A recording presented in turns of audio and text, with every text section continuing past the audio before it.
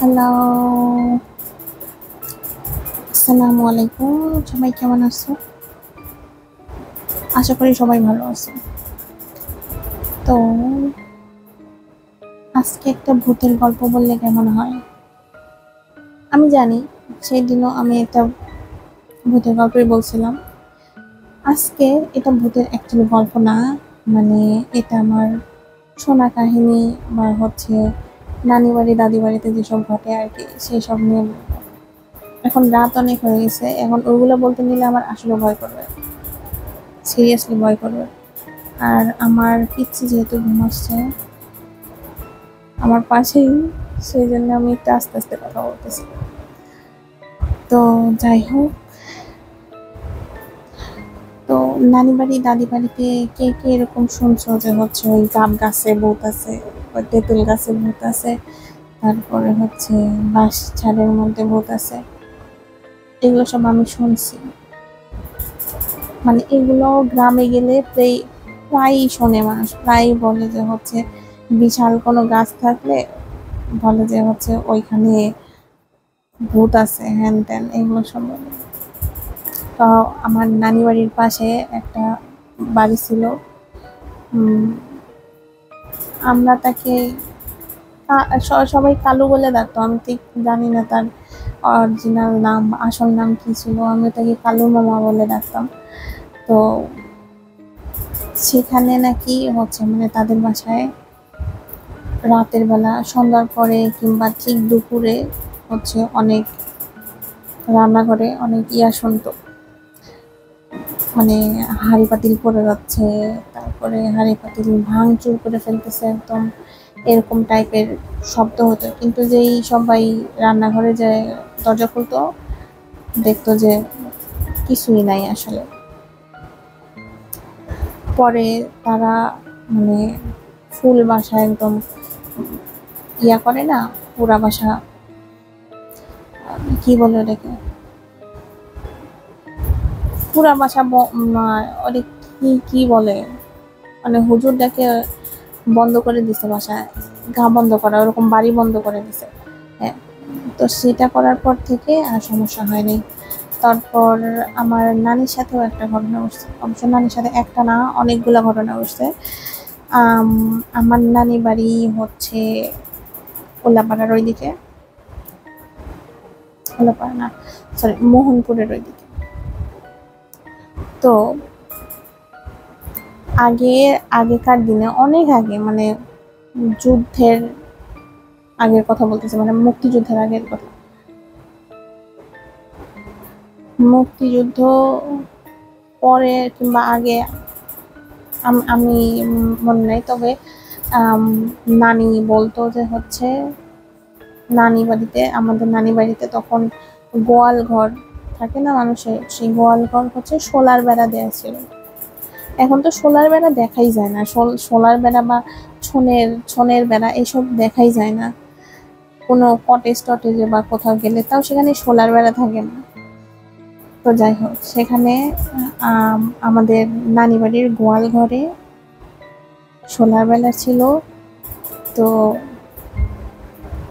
শুনতেছিল, মানে নানি তখন, মানে আমার নানির অনেকগুলা বাচ্চা কাচ্চা, তো পিচ্ছি পিচ্ছি পিচ্ছি টিচ্ছি দুইটা তিনটা নিয়ে শুয়েছিল সে।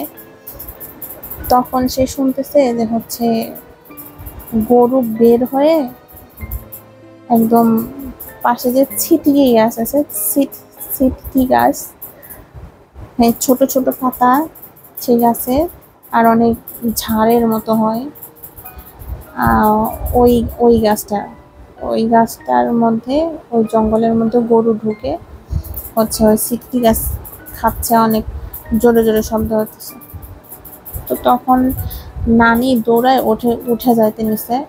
তখন রাত বাজে 2:30-3টা। তখন মানে যেহেতু নানি অনেকগুলো বাচ্চা কাচ্চা একসাথে নিয়ে থাকতো, তো নানির শাশুড়ি, মানে আমার বুড়াম্মা যে ছিলেন তখন, আমার আম্মার দাদি, সেও নানির সাথে ছিল ওই দিন ঘরে। তখন যখন উঠে যেতে নিছে তখন মানে আমার বুড়াম্মা যে সে বলছে না না বউ যাস না বলছে কেন গরু গোয়াল ঘর থেকে বাড়াই গেছে বাড়াই যায় তো ছিটকি খাতেছে। তো বলছে না না গরু না যাস না তুই। নানি যায় নাই। সকালে উঠে দেখে মানে তিনটা গরু ছিল, যে তিনটা গরুই আছে, কোনোটা খুলেও যায় নাই, কোনোটা কোনো কিছু হয়ও নাই। আর সিটকি গাছেরও কিছুই হয়নি। ওর গা কাটা দিচ্ছে। হ্যাঁ, তারপর অনেক ভয় করতেছে। আচ্ছা, তো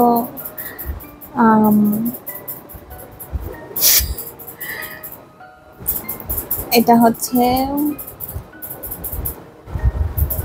কুয়ার কাহিনী। কুয়া মানে আগেকার দিনে যে মানুষ কুয়া থেকে পানি তুলতো না, ওরকম কুয়া থেকে পানি তোলার জন্য মানে যাদের সবার পার্সোনাল কুয়া থাকতো, মানে যাদের বাড়ি একটু বড় সাইজের তাদের সবার পার্সোনাল কুয়া থাকতো। কিন্তু আমাদের নানি বাড়িতে ছিল একটা কুয়া, আর পাড়ার মধ্যে সম্ভবত আর একজনের ছিল কুয়া, আর বাকি সবাই ওই 2 কুয়া থেকেই পানি তুলে নিয়ে তাদের বাসায় যে খাইতো পানি বা ইউজ করতো। তো আমার নানির নাম ছিল হচ্ছে আলো। তো রাতের বেলা সাধারণত কেউ পানি নিতে আসে না। তো মানে পাশে আমাদের নানি বাড়ির পাশে ঠিক হচ্ছে একজন বুড়ি মহিলা ছিল। সে বুড়ি হয়ে গেছে, সে অবশ্যই পানি নিতে আসবে না। কিন্তু হচ্ছে অনেক রাতে মানে আগেকার দিনে তো কি বলবো, এই সারা আজান দেওয়ার সাথে সাথে সবাই ঘুমায় যেত।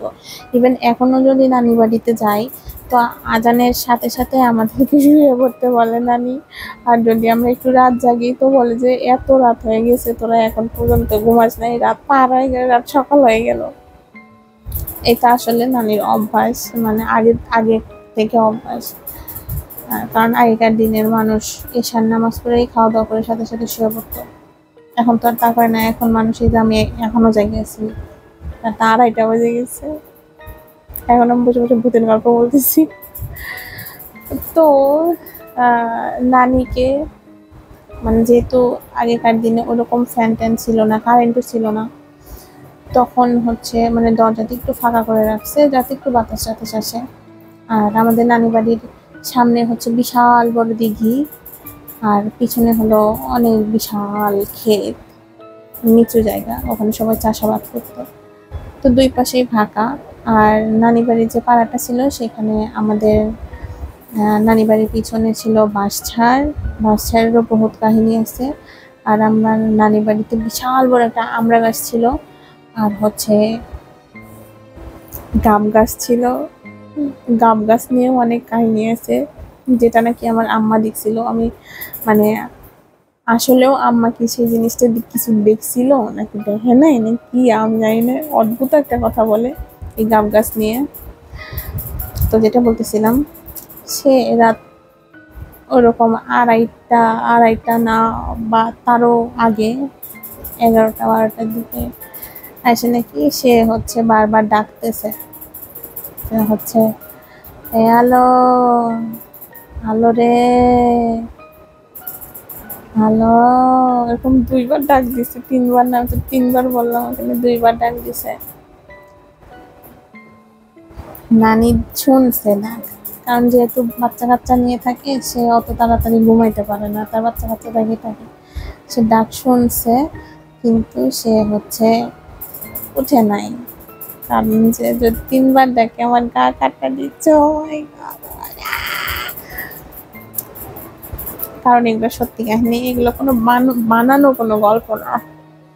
এখন তো মানুষই ভূত।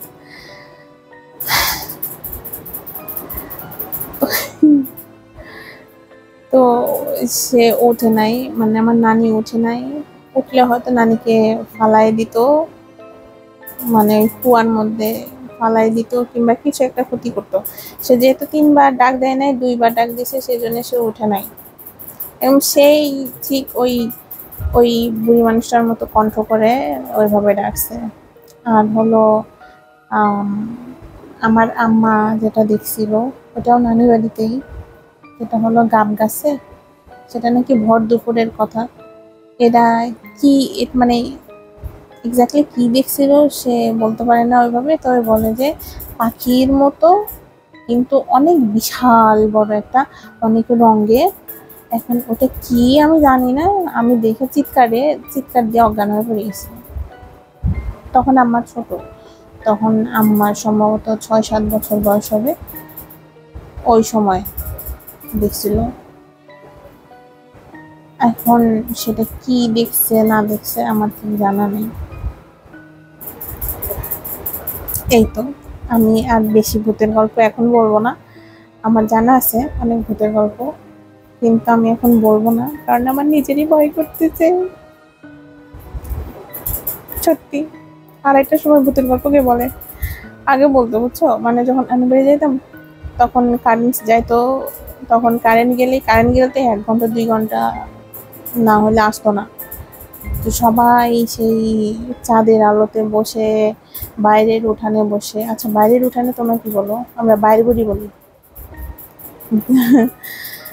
তো আমরা বাইরে বুড়িতে পাটি বিছায়ে আমরা সেখানে বসে বসে গল্প শুনতাম নানির কাছে। যখন নানা ছিল তখন নানার কাছে শুনতাম। এই তো, আজকে আর কিছু বলবো না। আজকে সবাই ভালো থাকো, সবাই শান্তি করে ঘুমাও, আর ভূতের স্বপ্ন দেখো। বাই।